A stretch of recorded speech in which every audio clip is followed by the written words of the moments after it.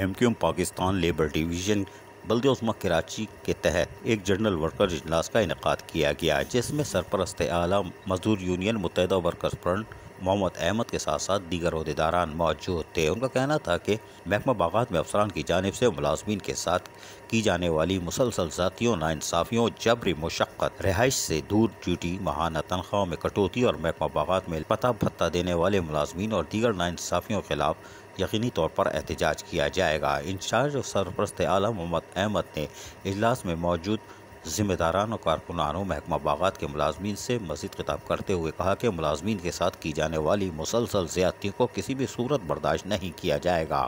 محکمہ باغات کے افسران ہوش کے ناخن لے لیں اور فوری طور پر باغات کے ملازمین کے ساتھ کی جانے والی زیادتی کو ختم کیا جائے اور فوری طور پر محکمہ باغات کے لاپتہ بھتہ دینے والے ملازمین کو حاضر سروس کیا جائے۔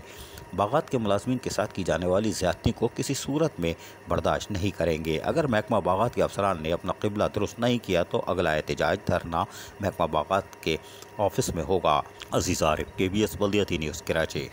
ایسی ہی خوبصورت ویڈیوز فیوچر میں حاصل کرنے کے لیے ریڈ بٹن پر کلک کر کے اور بیل آئیکن کو پریس کر کے ہم سب کے سبسکرائبر بننا مت بھولیے۔